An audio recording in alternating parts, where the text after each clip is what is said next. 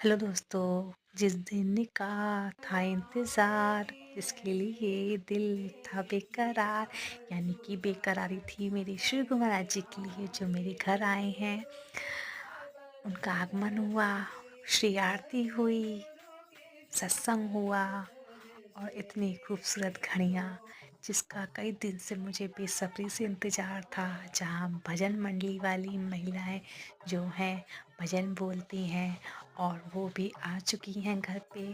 और हमारी श्री बाई जी जो पूजनी बाई जी हैं वो इंतज़ार में हैं कि बस हमारे श्रीमान पूजनीय महात्मा जी बस अब कब कुछ घड़ियों में ही कुछ पलों में ही उनका भी आगमन होने वाला है, यानी कि उनकी उपस्थिति भी हो चुकी है।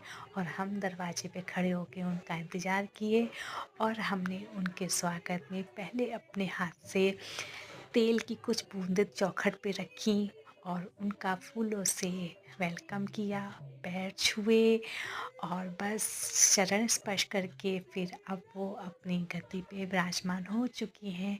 जहाँ ये बोलूँ कि ये पल, ये खूबसूरत घड़ियाँ बहुत ज़रूरी और बहुत वैल्यू रखती है, मतलब मायने रखती है मेरी लाइफ में। और मेरे पति देव यानी मेरे हस्बैंड ने बस उनका वेलकम किया फूलों की माला से, और उनका भाव था कि मैं नोटों का हार भी पहनाऊँ। और बस फिर हमने भी एक भजन उनके वेलकम में बोला, मेरे सरकार आए हैं। तो आप समझ सकते हैं कि मैं मतलब बता नहीं सकती हूँ आपको कि ये पल मेरे लिए क्या मायने रखते हैं, कितनी अनमोल है मेरे लिए घड़ियाँ। बस यहीं थम जाएं।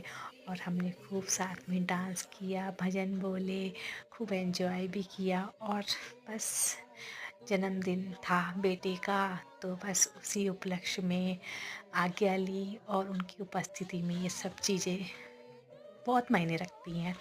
केक कट हुआ, केक कट की रस्म करवाई महात्मा जी ने अपने हाथों से बेटे की जन्मदिन की। और फिर बस भोग लगाने की बारी आई। तो हमारा ये रहता है कि जब तक हम श्री गुरु जी को भोग लगाते हैं नहीं, तब तक हम नहीं खाते हैं। हमने भोग लगाया श्री गुरु जी को, उसी के बाद हमारे श्री महान महात्मा जी ने भी ये सब चीज़ें भोग लगाई।